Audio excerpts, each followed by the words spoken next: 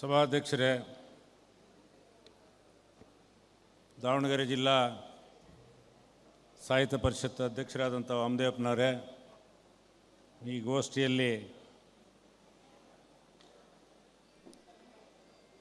Professor B Krishnappa ಮತ್ತು ದಲಿತ ಚಳವಳಿ ಬಗ್ಗೆ ಮಾತಾಡ್ತಕ್ಕಂಥ ಡಾಕ್ಟರ್ ಎಂ ಜಿ ರಾಮಚಂದ್ರಪ್ಪನವರೇ, ವೇದಿಕೆ ಮೇಲಿರ್ತಕ್ಕಂಥ ಎಲ್ಲ ಗಣ್ಯರೇ, ಇಲ್ಲಿ ಬಂದಿರತಕ್ಕಂಥ ಎಲ್ಲ ಕನ್ನಡಾಭಿಮಾನಿಗಳೇ ಮತ್ತು ಆತ್ಮೀಯ ಸ್ನೇಹಿತರೆ, ನಾನಂತೂ ಸಮಯ ಪರಿಪಾಲನೆ ಮಾಡ್ತಕ್ಕಂಥನು ಕರೆಕ್ಟಾಗಿ 3:30ಗೆ ಬಂದೆ. ನನ್ನ ಗೋಷ್ಠಿ 3:30 ಅಂತ ಗೊತ್ತಿತ್ತು. ನಾನು ಭಾಳ ಕಡೆ ಗೋಷ್ಠಿಗೆ ಹೋಗೋದ್ರಿಂದ ಈ ಗೋಷ್ಠಿಗಳು ತಡ ಆಗ್ತವೆ ಅಂತ. ತಡ ಆಗಲಿ ಏನಾರು ಆಗಲಿ, ನನ್ನ ಸಮಯಕ್ಕೆ ನಾನಂತೂ ಇವತ್ತು ಬಂದಿದ್ದೀನಿ. ಆಮೇಲೆ ಈ ಗೋಷ್ಠಿಲಿ ಮಾತಾಡ್ತಕ್ಕಂಥವ್ರು ಎಲ್ಲರೂ ಕೂಡ ಗಂಟೆಗಟ್ಟಲೆ ಮಾತಾಡ್ತಕ್ಕಂಥವ್ರೆ ಕರೆದಿರ್ತಾರೆ. ವಿಚಾರನೂ ಹಂಗಿರುತ್ತೆ. ವಿಚಾರ ಮಂಡನೆ ಮಾಡ್ಬೇಕಾದ್ರೆ ಸಂಕ್ಷಿಪ್ತವಾಗಿ ಮಾತಾಡೋಕ್ಕೂ ಕೂಡ ಕಷ್ಟ ಆಗುತ್ತೆ. ನನ್ನ ಸಮಯನೂ ಕೂಡ ಮೀರ್ಬೋದು ಅಂತ ಮೊದಲನೇ ತಮ್ಮಲ್ಲಿ ಕೇಳ್ಕೊಂಡು ಆದಷ್ಟು ಚುಟುಕಾಗೆ ನನ್ನ ವಿಚಾರವನ್ನು ತಮ್ಮ ಮುಂದೆ ಮಂಡಿಸ್ತಾ ಇದ್ದೇನೆ. ಸ್ವತಃ ನಾನು 20ನೇ ವರ್ಷದಾಗ ಇದ್ದಂಕಿಂದನೇ ರೈತ ಚಳವಳಿಗೆ ಧುಮುಕ್ತಂಥವನು. ರೈತ ಚಳವಳಿಯಲ್ಲಿ ಭಾಳಷ್ಟು ಹೋರಾಟಗಳನ್ನು, ಏಳು ಬೀಳುಗಳನ್ನು ಕಂಡಿದ್ದೀನಿ. ಜೈಲು, ಲಾಠಿ ಏಟು ಎಲ್ಲದನ್ನು ಕೂಡ ಅನುಭವಿಸಿದ್ದೀನಿ. ಮತ್ತು ರಾಜಕಾರಣಕ್ಕೂ ಕೂಡ ರೈತ ಸಂಘ ಪ್ರವೇಶ ಮಾಡ್ತು. ಆವಾಗಲೂ ಕೂಡ ನಾನು ಹೊಸನಗರ ಕ್ಷೇತ್ರದಿಂದ ಚುನಾವಣೆಗೆ ನಿಂತು 1300 ಓಟಲ್ಲಿ, 380 ಓಟಲ್ಲಿ, 2400 ಓಟಲ್ಲಿ 3 ಸಲ ಚುನಾವಣೆಯಲ್ಲಿ ಸ್ಪರ್ಧೆ ಮಾಡಿ ಸೋತೆ. ಅದಾದ ನಂತರ ಮತ್ತು ಎಲ್ಲ ರಾಜಕೀಯ ಪಕ್ಷಗಳ ಸೆಳೆತನೂ ಬಂತು. ರಾಜಕೀಯ ಪಕ್ಷಕ್ಕೆ ಹೊತ್ಕೊಂಡು ಹೋಗೋಕ್ಕೆ ನನ್ನ ತಯಾರಿದ್ರು ಎಲ್ಲರೂ ಕೂಡ. ಅದೇನೋ ನಾನು ಬಾಲ್ಯದಲ್ಲಿ ಅನುಭವಿಸ್ತಕ್ಕಂಥ ರೈತರಿಗೆ ಆಗ್ತಕ್ಕಂಥ ಅನ್ಯಾಯಗಳ ಬಗ್ಗೆ ಒಂದೇ ಒಂದು ಉದಾಹರಣೆ ಹೇಳಿಬಿಡ್ತೀನಿ. ನಮ್ಮ ತಂದೆ ಮೇಷ್ಟ್ರು ಜೊತೆ ವ್ಯವಸಾಯನೂ ಮಾಡ್ತಾಯಿದ್ರು. ವ್ಯವಸಾಯ ಮಾಡೋ ಅಷ್ಟೊತ್ತಿಗೆ ಆವತ್ತಿನ ಕಾಲದಲ್ಲಿ 1966 ಈ ದೇಶಕ್ಕೆ ಅನ್ನ ಇರಲಿಲ್ಲ. ಹೊರದೇಶದಿಂದ ಭಿಕ್ಷೆ ಬೇಡ ತಂದು ಈ ದೇಶದ ಜನರನ್ನು ಬದುಕಿಸ್ತಾಯಿದ್ರು.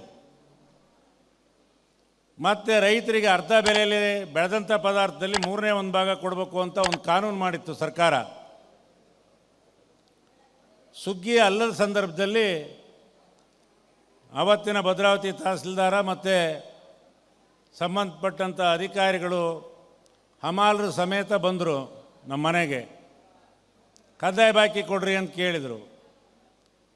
ನಮ್ಮ ತಂದೆ ಕಂದಾಯ ಬಾಕಿ ಎಲ್ಲ ಕಟ್ಬಿಟ್ಟಿದ್ದೀನಿ, ಬಾಕಿ ಇಲ್ಲ ಅಂತೇಳಿ ಇದೆ ನೋಡಿ ಅಂಥೇಳಿ ವಿಲೇಜ್ ಅಕೌಂಟೆಂಟ್ ಅಂತ ಬರ್ಸ್ಕೊಂಡಿದ್ದ ಪತ್ರ ತೋರಿಸಿದ್ರು ತಹಸೀಲ್ದಾರನಿಗೆ.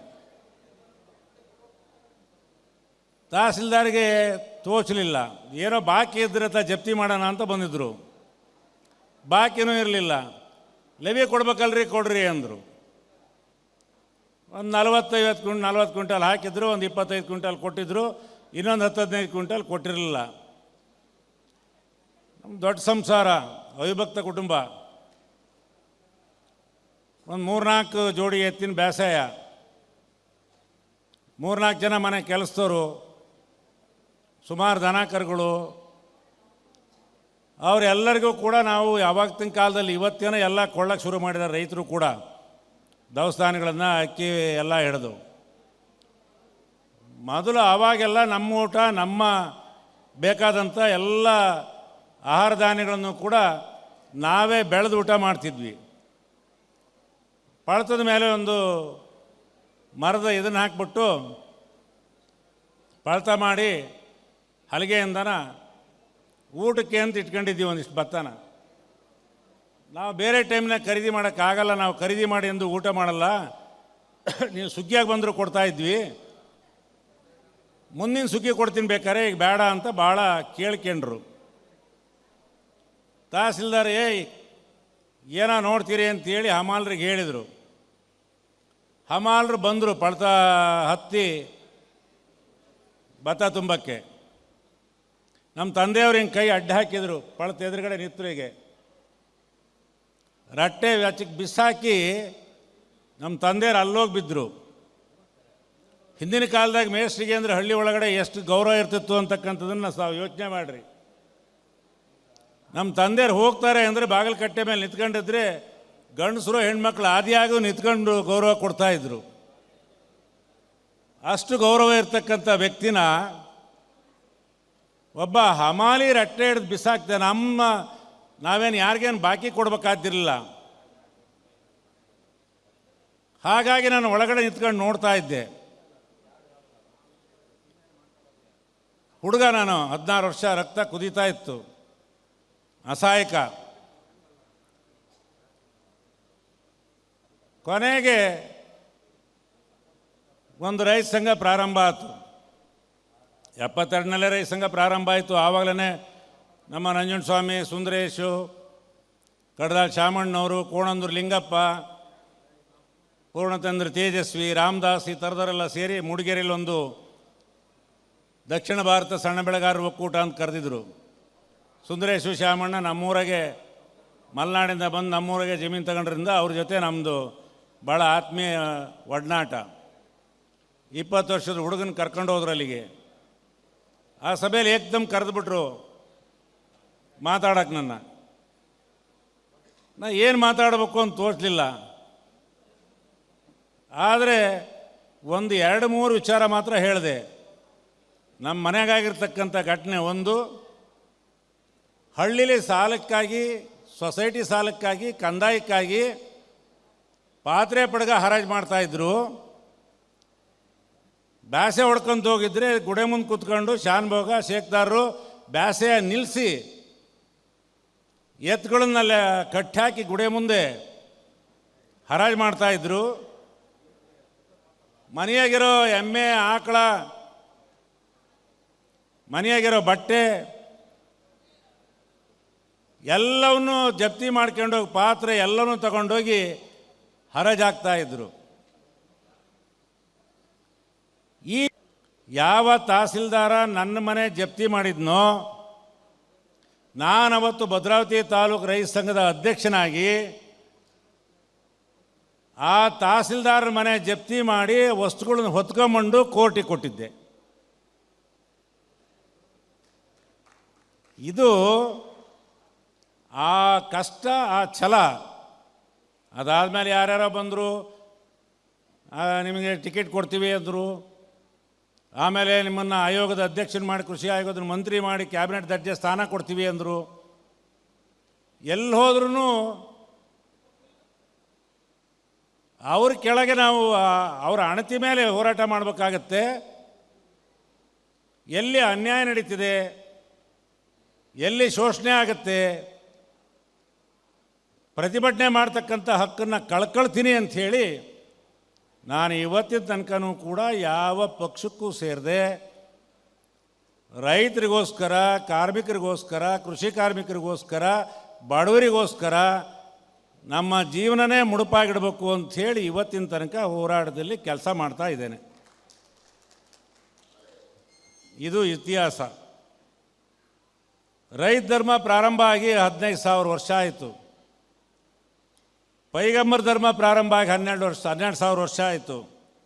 ಬೌದ್ಧ ಧರ್ಮ ಪ್ರಾರಂಭವಾಗಿ 5,000 ವರ್ಷ ಆಯಿತು. ಬಸವಣ್ಣನ ಚಳವಳಿ ಪ್ರಾರಂಭ ಆಗಿ 800 ವರ್ಷ ಆಯಿತು. ರೈತ ಧರ್ಮ ಅತ್ಯಂತ ಪ್ರಾಚೀನವಾದಂಥ ಧರ್ಮ. ಆಗಿನ ಕಾಲದಿಂದನೂ ಕೂಡ ನಾವು ರೈತರು ಉತ್ತು ಬೆತ್ತು ಬೆಳೆದು ನಾವು ಊಟ ಮಾಡಿ ಬೇರೆಯವ್ರಿಗೆ ಊಟ ಮಾಡಿಕೊಡ್ತಾ ಇದ್ದೀವಿ. ಎಲ್ಲದಕ್ಕಿಂತ ರೈತ ಸಂಸ್ಕೃತಿ, ರೈತ ಧರ್ಮ ದೊಡ್ಡದು. ಹಿಂದಿನ ಕಾಲದಾಗ ಕೃಷಿ ಅಂದರೆ ಒಂದು ಸಂಸ್ಕೃತಿಯಾಗಿತ್ತು. ಅದನ್ನು ಏನಪ್ಪ ಅಂದರೆ ಖುಷಿ ಪಟ್ಟು ಆನಂದದಿಂದ ಒಕ್ಕಲ್ತನ ಮಾಡಿ ಹೊಟ್ಟೆ ತುಂಬ ಎಲ್ಲರೂ ಕೂಡ ಊಟ ಮಾಡಿ ನಮ್ಮ ಜೊತೆ ಕೆಲಸ ಮಾಡೋರಿಗೆ, ಆಯ್ಗಾರರಿಗೆ ಎಲ್ಲರಿಗೂ ಕೂಡ ಕೊಟ್ಟು ಹಿಂದೆ ನಾವೇನು ಬೇಡ್ತಿರಲಿಲ್ಲ. ನಮಗೆ ರಾಸಾಯನ ಬೇಕಾಗಿರಲಿಲ್ಲ, ಕೀಟನಾಶಕ ಬೇಕಾಗಿರಲಿಲ್ಲ, ಯಾವುದೂ ಬೇಕಾಗಿರಲಿಲ್ಲ. ನಮ್ಮ ಮನೆಯಾಳು ಹೋರಿ, ಕಾಡಿನಾಳ ಮರ ಮುಟ್ಟು, ಊರಾಗಿರೋ ಚಮ್ಮಾರ, ಕಮ್ಮಾರ, ಬಡಗಿ ಅವ್ರು ಕೊಟ್ಟಂಥ ವಸ್ತುಗಳನ್ನು ತಗೊಂಡು ಒಕ್ಕಲ್ತನ ಮಾಡಿ ಇವತ್ತು ಪಡಿತರ ವ್ಯವಸ್ಥೆ ಜಾರಿ ಬಂದಿದೆ. ರೈತನ ಕೃಷಿ ಪ್ರಾರಂಭ ಆದ್ನಿಂದನೂ ಕೂಡ ಪಡಿತರ ಜಾರಿ ಇತ್ತು. ಆವಾಗಲೇ ನಾವು ಹಣದ ರೂಪದಲ್ಲಿ ಸ್ವಲ್ಪ, ದವಸ ಧಾನ್ಯ ರೂಪದಲ್ಲಿ ಸ್ವಲ್ಪ ನಮ್ಮ ಕೆಲಸಗಾರರಿಗೆ ಕೊಡ್ತಾ ಇದ್ವಿ ಮೊದಲಿಂದನೂ ಕೂಡ. ಕೊನೆ ಕಣ ಮಾಡ್ತಾ ಇದ್ವಿ. ನಾನು ಮಾಡಿದ್ದೀನಿ ಕೊನೆ ಕಣ. ಸ್ವತಃ ನಾನು ಬ್ಯಾಸೆ ಹೊಡೆದಿದ್ದೀನಿ, ಕೂರ್ಗೆ ಹೊಡೆದಿದ್ದೀನಿ, ಬಣವೆ ಹಾಕಿದ್ದೀನಿ, ಒಕ್ಕಲು ಮಾಡಿದ್ದೀನಿ. ಈ ರೋಣ್ಗಲ್ಲಿ ಹೂಟಿ ಹಾಕಕ್ಕೆ ನಮ್ಮ ಕೆಲಸದವ್ರಿಗೆ ಬರ್ತಿರಲಿಲ್ಲ, ನಾನು ಹಾಕ್ಕೊಡ್ತಿದ್ದೆ. ಇವತ್ತು ಹೂಟಿ ಹಾಕ್ತೀನಿ ನಾನು. ಕೊನೆ ಕಡದಾಗೆ ಎಲ್ಲ ಆಯ್ಗಾರರಿಗೂ ಕೊಟ್ಟು ದಾನ ಧರ್ಮ ಅಂಥೇಳಿ ಇವತ್ತು ಬಸವರಾಜಪ್ಪನವ್ರ ಮನೆ ಮೇಷ್ಟ್ರ ಮನೆ ಅಂತಲೇ ಹೆಸರಿತ್ತು ನಮ್ಮ ಮನೆಗೆ. ಕೊನೆ ಕಣ ಅಂಥೇಳಿ ಎಷ್ಟು ಜನ ಬರ್ತಾರೋ ಅಷ್ಟು ಜನಕ್ಕೂ ಮರ ತಗೊಂಡು ತುಂಬಿ ಜನ ಖಾಲಿಯಾಗೋ ತನಕ ಕೊಟ್ಟು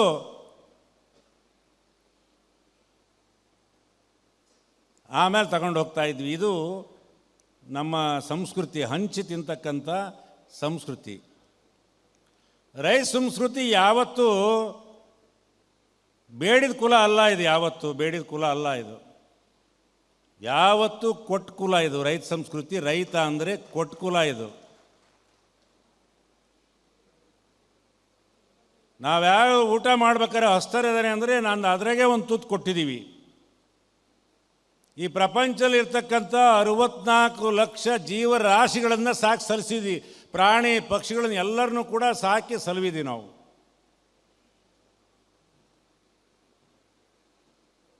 ಇವತ್ತು ಕೂಡ ಈ ದೇಶಕ್ಕೆ ಅಮೇರಿಕದಿಂದ ಹುಳಿತು ಗೋಧಿ, ರಷ್ಯಾದಿಂದ ಹುಳಿತು ಜೋಳ ತಂದು ಈ ದೇಶದ ಜನರನ್ನು ಬದುಕಿಸ್ತಾ ಇದ್ರು.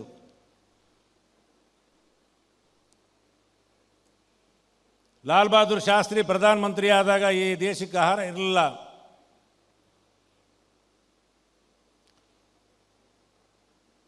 ಹೊರದೇಶಕ್ಕೆ ಹೋದಾಗ ತಾಷ್ಕೆಂಟ್ ಯುದ್ಧದ ಬಗ್ಗೆ ನಿಮ್ಮ ಅಭಿಪ್ರಾಯ ಏನು ಅಂತ ಕೇಳ್ತಾರೆ ಪತ್ರಕರ್ತರು. ಸಿಟ್ಟಿನ ದಾಳಿ ಅಂತ ಹೇಳ್ತಾರೆ. ಅಷ್ಟಕ್ಕೆ ಅಮೇರಿಕ ಸಾಫ್ಟ್ ನೀತಿ ಅಂತ ಹೇಳಿಬಿಟ್ಟು ನಮ್ಮ ದೇಶಕ್ಕೆ ಕಳಿಸ್ತಕ್ಕಂಥ ಆಹಾರ ನಿಲ್ಲಿಸ್ತು. ನಮ್ಮ ದೇಶದ ಜನ ಇಲಿವಿಲಿ ಒದ್ದಾಡಕತ್ತಿದ್ರು ಊಟ ಇಲ್ಲದೆ. ಆವಾಗ ಲಾಲ್ ಬಹದ್ದೂರ್ ಶಾಸ್ತ್ರಿಯವರು ಸೋಮವಾರ ಒಂದು ಹೊತ್ತು ಉಪವಾಸ ಮಾಡಿರಿ ಅಂತ ಹೇಳಿದರು. ರಾತ್ರಿ ಹೊತ್ತು ಉಪವಾಸ ಮಾಡಿರಿ ಅಂತ. ಯಾಕೆ ಅಂದರೆ ಅನ್ನ ಇರಲಿಲ್ಲ. ಅದಕ್ಕೆ ಜೈ ಜವಾನ್ ಜೈ ಕಿಸಾನ್ ಅಂತ ಘೋಷಣೆ ಮಡಗಿದ್ರು ಅವತ್ತು. ಯಾವತ್ತು ಲಾಲ್ ಬಹದ್ದೂರ್ ಶಾಸ್ತ್ರಿಯವರು. ದೇಶಕ್ಕೆ ಅನ್ನ ಕೊಟ್ಟಂಥ ರೈತ ಈ ದೇಶದ ಮಾಲೀಕ. ದೇಶವನ್ನು ಬದುಕಿಸಿದಂಥ ರೈತ ಈ ದೇಶದ ಮಾಲೀಕ. ಕೊರೆಯೋ ಚಳಿಯಲ್ಲೂ ಕೂಡ ಏನು ಇವತ್ತು ಸೈನ್ಯದಲ್ಲಿ ಇವತ್ತು ನಮ್ಮ ಗಡಿ ಕಾಯ್ತಾ ಇದ್ದಾನೆ ಯೋಧ, ಅವನ ಶ್ರಮದಿಂದ, ರೈತನ ಶ್ರಮದಿಂದ ನಾವು ಇವತ್ತು ಆರಾಮಾಗಿ ಜೀವನ ಮಾಡ್ತಾ ಇದ್ದೇವೆ. ಹಾಗಾಗಿ ಇಡೀ ದೇಶ ಈ ರೈತನಿಗೆ ಮತ್ತು ಯೋಧನಿಗೆ ಯಾವತ್ತೂ ಕೂಡ ಗೌರವ ಸಲ್ಲಿಸ್ತಕ್ಕಂಥದ್ದನ್ನು ಈ ದೇಶ ಕಾಪಾಡ್ಕೊಂಬರ್ಬೇಕು ಅಂತಕ್ಕಂಥದ್ದನ್ನು ಈ ಸಂದರ್ಭದಲ್ಲಿ ಒತ್ತು ಹೇಳ್ತೇನೆ. ಇವತ್ತು 4 ಕೋಟಿ ಜನ ಕೃಷಿ ಅವಲಂಬಿತರು, ಹಾಲು ಉತ್ಪಾದಕರಿದ್ದಾರೆ. 25 ಆಹಾರ ಬೆಳೆ, ವಾಣಿಜ್ಯ ಬೆಳೆ, 22 ಹಣ್ಣಿನ ಬೆಳೆ, 43 ತರಕಾರಿ ಬೆಳೆ, 17 ಹೂವಿನ ಬೆಳೆ, 21 ಸಾಂಬಾರು ಬೆಳೆ, 22 ಔಷಧಿ ಬೆಳೆ, ಒಟ್ಟು 150 ಬೆಳೆ ಬೆಳೀತಾ ಇದ್ದೀವಿ.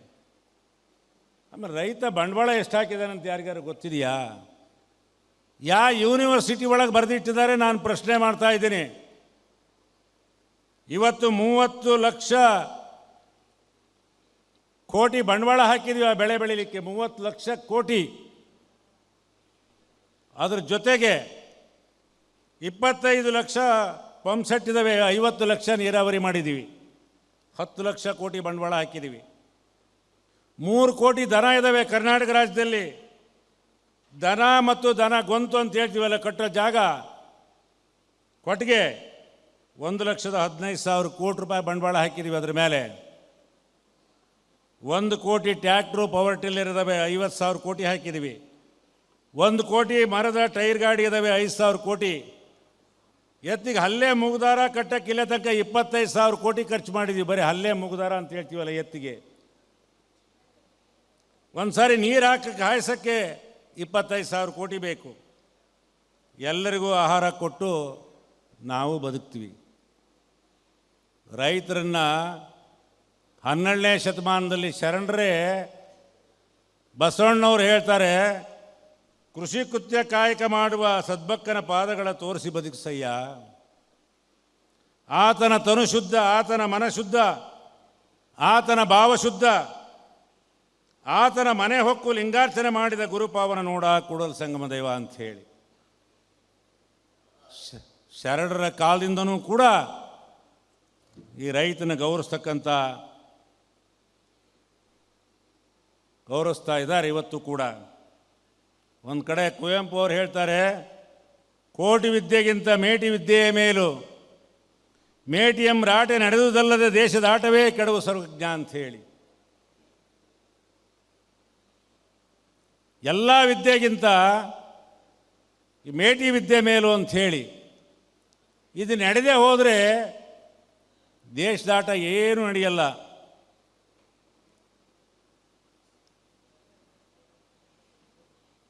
ಸಾವಿರದ 1950ರಲ್ಲಿ 36 ಕೋಟಿ ಜನಸಂಖ್ಯೆ ಇತ್ತು. 51 ಲಕ್ಷ ಟನ್ ಆಹಾರ ಉತ್ಪತ್ತಿ ಮಾಡ್ತಾ ಇದ್ವಿ. ಇವತ್ತು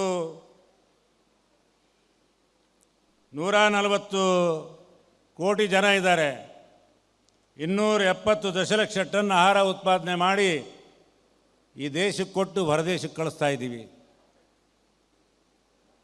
ಬರೇ ವಿಲೇಜ್ ಅಕೌಂಟೆಂಟ್ ಇವರು, ಬರೇ ಗ್ರಾಮ ಸೇವಕರು ಹೈಬ್ರಿಡ್ ತಳಿ ಕಂಡು ಕೊಟ್ಟರು. ಆವಾಗ ಲಾಲ್ ಬಹದ್ದೂರ್ ಶಾಸ್ತ್ರಿ ಹೋಗಿ ಆದಮೇಲೆ ಇಂದಿರಾ ಗಾಂಧಿ ಬಂದರು. ಇಂದಿರಾ ಗಾಂಧಿಗೆ ಬೇರೆ ದೇಶದವರು ಇದನ್ನು ಕೊಡದೇ ಇದ್ದಾಗ ಅವಮಾನ ಸಹಿಸ್ಕೊಳ್ಳೋಕ್ಕಾಗಲಿಲ್ಲ.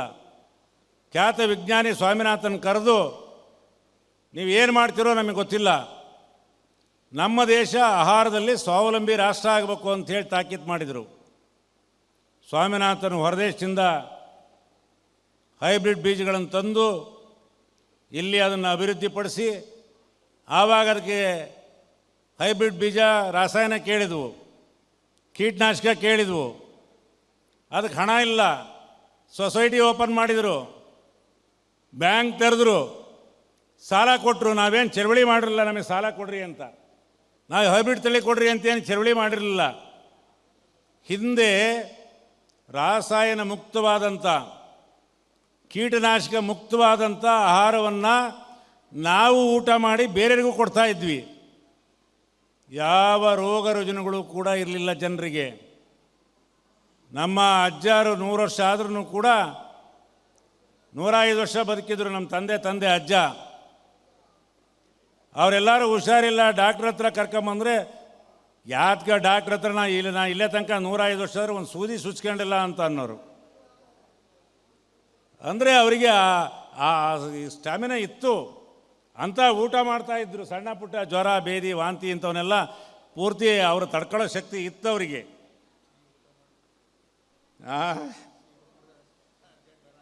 ಈಗೇನಿಲ್ಲ, ಈ ರೀತಿ ಊಟ ಮಾಡಿ ಆಹಾರ ಪದಾರ್ಥಗಳನ್ನ, ತರಕಾರಿ ತಗೊಳ್ರಿ ಪೂರ್ತಿ ಔಷಧಿ ಮುಳುಗೋಗಿರುತ್ತೆ.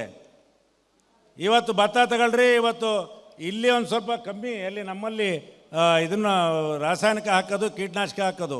ಆ ಸಿಂಧನೂರು ರಾಯಚೂರು ಜಿಲ್ಲೆಗೆ ಹೋಗ್ಬಿಟ್ರೆ ಆ ಅಕ್ಕಿ ಊಟ ಮಾಡಿಬಿಟ್ರೆ ಅವನಿಗೆ ಏನಿರುತ್ತೆ ಅದರಲ್ಲಿ ಪೂರ್ತಿ ವೈಟ್. ನಮ್ಮ ತಂದೆಯರು ಮಿಲ್ಲಿಗೆ ಹೋಗಿ, ನಾವೇನಾದ್ರು ಎತ್ತಿನ ಗಾಡಿ ಕಟ್ಕೊಂಡು ಮಿಲ್ಲಿಗೆ ಹೋಗಿ ಅಲ್ಲಿಂಗೆ ಮಾಡ್ಕೊಂಬರ್ತಾಯಿದ್ವಿ. ಬಂದ ತಕ್ಷಣ ಅಕ್ಕಿ ಒಂಚೂರು ವೈಟ್ ಅದಾವೆ ಅಂದರೆ, ಏಯ್ ಯಾಕೆ ಅಷ್ಟು ಪಾಲಿಷ್ ಮಾಡಿಸ್ತೆ, ಎಲ್ಲ ಅದ್ರ ಮೇಲಿರೋ ಅಂಶ ಎಲ್ಲ ಹೊರಟೋಗುತ್ತೆ. ಇದ್ಯಾತಿ ತಿನ್ಬೇಕಿದು ಅಂಥೇಳಿ ಬೈಯೋರು ನಮಗೆ. ಅಂದರೆ ಪಾಲಿಷ್ ಮಾಡಿದ ಅಕ್ಕಿ ಊಟ ಮಾಡಬಾರ್ದು, ಪಾಲಿಷ್ ಮಾಡದೇ ಹೋದರೆ ಅದರಲ್ಲಿ ಪೌಷ್ಟಿಕಾಂಶ ಇರುತ್ತೆ ಅಂಥೇಳಿ ಈಗ ಮೆರಿ ಮೆರಿ ಮೆರಿ ಮಿನಿಸ್ತಾ ಇರ್ಬೇಕು ಈಗ ಅಕ್ಕಿ ಜನರಿಗೆ. ಅಂಥ ಅಕ್ಕಿನೇ ಊಟ ಮಾಡ್ತಾರೆ, ಸತ್ವ ಹೆಂಗೆ ಬರುತ್ತೆ ಮತ್ತೆ? ಹಂಗಾಗಿ ನೋಡಿ, ಅವತ್ತು ಮೊನ್ನೆ ಕೋವಿಡ್ ಬಂತು. ಆ ಕೋವಿಡ್ ಸಂದರ್ಭದಲ್ಲಿ ಎಲ್ಲ ಕಚೇರಿ ಬಂದಾದವು, ಕೈಗಾರಿಕೆ ಬಂದಾದವು, ಸರ್ಕಾರಿ ಕಚೇರಿ ಬಂದಾದವು. ರೈತನ ಕಚೇರಿ ಏನಾದ್ರು ಬಂದಾಗಿದ್ದರೆ, ಒಕ್ಕಲ್ತನ ಏನಾದ್ರು ಬಂದಾಗಿದ್ದರೆ ಅನ್ನ ಇಲ್ಲದೆ ಬೀದಿಲಿ ಸಾಯ್ಬೇಕಾಗಿತ್ತು ರೈತರು. ನೋಡಿ, ಯಾರಿಗೂ ಅವಕಾಶ ಮಾಡಿಕೊಡಲ್ಲ. ಆಸ್ಪತ್ರೆ ಸೇರೋದೊಂದು ಬಿಟ್ಟರೆ ಎಲ್ಲೂ ಜನ ಸೇರೋಕ್ಕೆ ಅವಕಾಶ ಮಾಡಿಕೊಡಲ್ಲ. ಆದರೆ ರೇಷನ್ ತಗೊಳ್ಳೋಕ್ಕೆ, ತರಕಾರಿ ತಗೊಳ್ಳೋಕ್ಕೆ ಮೈದಾನದಾಗ ಅವಕಾಶ ಮಾಡಿ ಬೆಳಗ್ಗೆ ಎದ್ದ ತಕ್ಷಣ ಕ್ಯೂ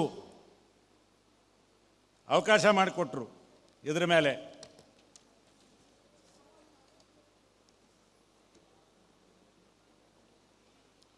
ಹದಿನಾರನೇ ಶತಮಾನದಲ್ಲಿ ಸರ್ವಜ್ಞ ಒಕ್ಕಲ್ತನ ಈ ರೀತಿ ಬಣ್ಣನೆ ಮಾಡಿದ್ದಾರೆ. ಒಕ್ಕಲಿಲ್ಲದ ಊರು, ಮಕ್ಕಳಿಲ್ಲದ ಮನೆ, ಲೆಕ್ಕವಿಲ್ಲದ ವ್ಯವಹಾರ, ಈ ಮೂರು ದುಃಖ ಕಾರಣ ಎಂದಿದ್ದಾರೆ. ಏನಾಗುತ್ತೆ ಅಂದರೆ, ರೈತರು ಯಾರು ನಾವು ಲೆಕ್ಕ ಇಟ್ವಿ ಅಂದ್ರೆ ಒಕ್ಕಲ್ತನ ಮಾಡೋದಿಲ್ಲ, ಎಲ್ಲ ಬಿಟ್ಟು ಹೋಗ್ತೀವಿ. ಲೆಕ್ಕ ಹಿಡದೆ ಏನು ಒಕ್ಕಲ್ತನ ಮಾಡ್ತಾ ಇದ್ವಿ, ಲಾಭ ಆತೋ ನಷ್ಟ ಆತೋ ಸಾಲ ಆಯ್ತು ಅಂತ ಅಂದರೆ ಲಾಸ್ ಆಯ್ತು ಅಂದರೆ ಎಲ್ಲರೂ ಸಾಲದಾಗೆ ಇದ್ದೀವಿ ಅಂದರೆ ಎಲ್ಲರೂ ಲಾಸ್ನಾಗೆ ಇದೀವಿ ಇವತ್ತು ಒಕ್ಕಲ್ತನದಾಗೆ. ಇವತ್ತೇನೋ ಅಡಿಕೆ ಬೆಳೆಯೋರು ಮಾತ್ರ ಒಂಚೂರು ಆಗು ಹೇಗೋ ಏನೋ ಉಸಿರಾಡ್ತಾ ಇದ್ದಾರೆ. ಭತ್ತ, ರಾಗಿ, ಜೋಳ ಯಾಕೆ ಲಾಸ್ನಾಗೆ ಇದೀವಿ ಅಂತ ಅಂದರೆ, ನಾವಿವತ್ತು ಡೆಲ್ಲಿ ಒಳಗಡೆ ಹೋರಾಟ ಮಾಡ್ತಾ ಇದ್ದಾರೆ, MSP ಜಾರಿ ಮಾಡಿ ಅಂತ. MSP ಅಂದರೆ ಸ್ವಾಮಿನಾಥನ್ ಒಂದು ರಿಪೋರ್ಟ್ ಕೊಟ್ಟಿದ್ದರು, ಉತ್ಪಾದನಾ ವೆಚ್ಚ, ಅದಕ್ಕೆ ಅರ್ಧದಷ್ಟು ಬೆಲೆ ಸೇರಿಸಿ, ಲಾಭಾಂಶ ಸೇರಿಸಿ ಬೆಲೆ ಕೊಡಬೇಕು ಅಂತ ಹೇಳಿ ಅದಕ್ಕೆ ಚಳುವಳಿ ಮಾಡ್ತಾ ಇರೋದು. ಆ ಚಳುವಳಿ ಮಾಡೋರ್ಗೂ ಇವರು ರೈತರ ಅಂತಾರೆ, ಬಾಡಿಗೆ ರೈತರು ಅಂತಾರೆ. ಯಾವನಪ್ಪ ರೈತರಲ್ಲದೆ ಇದ್ದನ್ನು ಬಂದು ಲಾಠಿ ಹೇಟ್ ತಿಂತಾನೆ, ಪ್ರಾಣ ಕೊಡ್ತಾನೆ, ವರ್ಷಾನುಗಟ್ಟಲೆ ಇರ್ತಾನೆ ಅಲ್ಲಿ? ರೈತರೇ ಹೋದ ವರ್ಷ 1 ವರ್ಷ 4 ತಿಂಗಳು ಚಳುವಳಿ ಮಾಡಿದ್ವಿ. ಈಗ ಮತ್ತೀಗ ಒಂದೂವರೆ ತಿಂಗಳಿಂದ ಚಳುವಳಿ ಆಗ್ತಾ ಇದೆ. ಇದಕ್ಕೆಲ್ಲ ಭಾಳ ಕಾರಣ ಇದಾವೆ, ನಾನು ಹೇಳಕ್ಕೆ ಹೋಗಲ್ಲ. ಯಾಕೆ ಅಂತ ಅಂದರೆ, ಕೃಷಿ ನೀತಿಯೊಳಗೆ ಸಾಲದ ನೀತಿ ಬದಲಾವಣೆ ಇದೆ.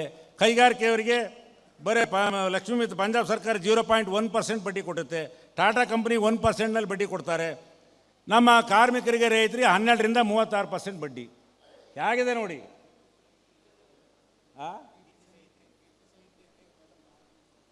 ಅಲ್ಲ, ನಮ್ಮ ಕಷ್ಟ ಹೇಳ್ತಿದ್ದೀವಿ ನಾವು, ಯಾರಿಗೂ ಓಟ್ ಕೊಡ್ರಿ ಕೇಳಲ್ಲ. ನೀತಿ ಸಮಿತಿ ಇದೆ, ನಮಗೆ ಗೊತ್ತು. ನೀತಿ ಸಮಿತಿ ಇದೆ, ಯಾವ ಸರ್ಕಾರನೂ ಟೀಕೆ ಮಾಡ್ತಿಲ್ಲ ನಾನು, ಯಾವ ಸರ್ಕಾರನೂ ಯಾವ ಪಕ್ಷನೂ ಟೀಕೆ ಮಾಡ್ತಿಲ್ಲ. ಇಲ್ಲೇ ತನಕ ಎಷ್ಟು ಜನ ಆಳ್ವೆ ಮಾಡಿದಾರೋ ಅವರೆಲ್ಲರೂ ಕಾರಣಕರ್ತರು. ಸ್ವಾತಂತ್ರ್ಯ ಬಂದ ನಂತರ ಯಾವ ಪಕ್ಷದವರು ಈ ದೇಶನ ಆಳ್ವೆ ಮಾಡಿದಾರೋ ಅವರೆಲ್ಲರೂ ಕಾರಣದಾರರು. ಆದ್ದರಿಂದ ನಾವು ನೀತಿ ಸಮಿತಿಯ ಅಡ್ಡಿ ಬರೋವಂಥ ಇದನ್ನೇ ಆಳಲ್ಲ. ಕರ್ನಾಟಕದಲ್ಲಿ ಒಂದರಾಗೆ ಆಹಾರ ಧಾನ್ಯ ತರಕಾರಿ ಬೆಳೆ ಒಂದು ವರ್ಷಕ್ಕೆ 15,500 ಕೋಟಿ ನಷ್ಟ ಆಗುತ್ತೆ. ಅಂದರೆ ಬೆಲೆ ಏರಿಳಿತದಿಂದ. ಯಾಕಪ್ಪ ಅಂದರೆ ಬೆಲೆ ಏರಿಳಿತದ ಮೋಸ, ಹವಾಮಾನ ವೈಪರೀತ್ಯ, ನಿಶ್ಚಿತ ಫಸಲು ಬಾರದೇ ಇರೋದು, ಕಳಪೆ ಬೀಜ, ಗೊಬ್ಬರ, ಕೀಟನಾಶಕ, ನೈಸರ್ಗಿಕ ವಿಕೋಪ, ಇವೆಲ್ಲ ಕಡೆಯಿಂದನೂ ಕೂಡ ಇವತ್ತು ನಾವು ಬೆಳೆದಂಥ ಬೆಳೆ ನಷ್ಟ ಆಗ್ತಾ ಇದೆ. ಕೊಯ್ಲು ಪೂರ್ವದಲ್ಲೇ ಮತ್ತು ನಂತರ 58,000 ಕೋಟಿ ಮೌಲ್ಯದ ಆಹಾರ ಹಾಳಾಗ್ತಾ ಇತ್ತು. ಯಾಕೆಂದರೆ ಸರಿಯಾದ ಗೋಡೌನ್ ಇಲ್ಲದೆ ಇಲಿ ಹೆಗ್ಗಣಗಳು ತಿಂದು. ನಮಗೆ ವಾಸಕ್ಕೆ ಮನೆ ಇಲ್ಲ, ಅವನ್ನ ರಕ್ಷಣೆ ಮಾಡೋಕ್ಕೆ ಎಲ್ಲಿಂದ ಗೋಡೌನ್ ಕಟ್ಕೊಳ್ತೀವಿ? ಎಲ್ಲ ಕಣದಾಗೆ ಮಾರ್ತೀವಿ. ಅದರ ತಂದಕ್ಕೆ ಅಂದರೆ ಅವು ಮತ್ತು ಯಾವುದಾದ್ರು ಒಂದು ಇದ್ರಾಗ ಹಾಕ್ತೀವಿ. ಕರ್ನಾಟಕ ಒಂದರಾಗೆ 7 ಲಕ್ಷ ಟನ್ ಭತ್ತ ಬೆಳೆದು 1,000 ರೂಪಾಯಿಗಿಂತ ಕಡಿಮೆ ಬೆಲೆಗೆ ಮಾರಿ 7,000 ಕೋಟಿ ಬೆಲೆ ಮೋಸ ಆಗಿದೆ ನಮಗೆ. ಕರ್ನಾಟಕ ಒಂದರಲ್ಲಿ. ಇನ್ನು ಬೇರೆ ಭತ್ತದ ಒಂದು ಹೇಳಿದೆ ನಾನು, ಬೇರೆ ಬೆಳೆ ಎಲ್ಲ ಲೆಕ್ಕ ಹಾಕಿದರೆ ಎಷ್ಟಾಗುತ್ತೆ ಅಂತ ಸ್ವಲ್ಪ ಯೋಚನೆ ಮಾಡಿ. ಇವತ್ತು ನ್ಯಾಷನಲ್ ಸೋಷಿಯಲ್ ಸರ್ವೆ ಮಾಡಿದ್ದಾರೆ. ಸರ್ವೆ ಪ್ರಕಾರ ಇವತ್ತು 46% ರೈತರು ನಮಗೆ ಕೊನೆಯ ಪಕ್ಷ ಒಂದು ಜವಾನ್ ಹುದ್ದೆ ಕೊಟ್ಟರೆ ನಾವು ಅಗ್ರಿಕಲ್ಚರ್ ಬಿಟ್ಟು ಹೋಗ್ತೀವಿ ಅಂತಾರೆ. ಯಾರೂ ಅಗ್ರಿಕಲ್ಚರ್ ಮಾಡೋಕ್ಕೆ ತಯಾರು ಇಲ್ಲ. ಇವತ್ತು ಬೇಸಾಯ ಮಾಡ್ತಾನೆ ಅಂದರೆ ಹೆಣ್ಣು ಕೊಡೋಕ್ಕೂ ತಯಾರಿಲ್ಲ ರೈತನ ಮಗನಿಗೆ. ಇವತ್ತು ಆ ಪರಿಸ್ಥಿತಿ ನಿರ್ಮಾಣ ಆಗಿದೆ. ಇವತ್ತು ಉದ್ಯೋಗ ದೊರಕಿಸಿಕೊಟ್ಟಿರ್ತಕ್ಕಂಥದ್ದು ಹೆಚ್ಚು ಕ್ಷೇತ್ರ ಕೃಷಿ ಕ್ಷೇತ್ರ. ಹೆಬ್ಡೆ ಭಟ್ಟೊತ್ತನಿಗೂ ಉದ್ಯೋಗ ಕೊಡ್ತೀವಿ ನಾವು. ಇವತ್ತು ಬೇರೆ ಉದ್ಯೋಗ ಕೊಡಬೇಕು ಅಂದ್ರೆ ಕೊನೆಯ ಪಕ್ಷ 8ನೇ ತರಗತಿನೋ SLC ಓದಿರ್ಬೇಕು. ಯಾತಕ್ಕೆ? ಹ್ಯಾಟು ಬೂಟು ಹಾಕ್ಕೊಂಡು ಕೋಲ್ ಹಿಡ್ಕೊಂಡು ಕಾಯಕ್ಕೆ. ಸೆಕ್ಯೂರಿಟಿಗೆ ಇವತ್ತು 8ನೇ ಕ್ಲಾಸ್ ಕನಿಷ್ಠ ಅಥವಾ SLC ಕನಿಷ್ಠ ಅಂತ ಕೇಳ್ತಾರೆ. ನಾವು ಯಾವ ಕನಿಷ್ಠನೂ ಇಲ್ಲ. ಹೆಬ್ಡೆ ಭಟ್ಟೊತ್ತನಿಗೂ ಕೂಡ ಉದ್ಯೋಗ ಕೊಟ್ಟಿದೆ. ಇವತ್ತು ಭಾರತ ದೇಶದಲ್ಲಿ ಹೆಚ್ಚು ಉದ್ಯೋಗ ಕೊಟ್ಟಿರೋದು ಕೃಷಿ ಕ್ಷೇತ್ರ.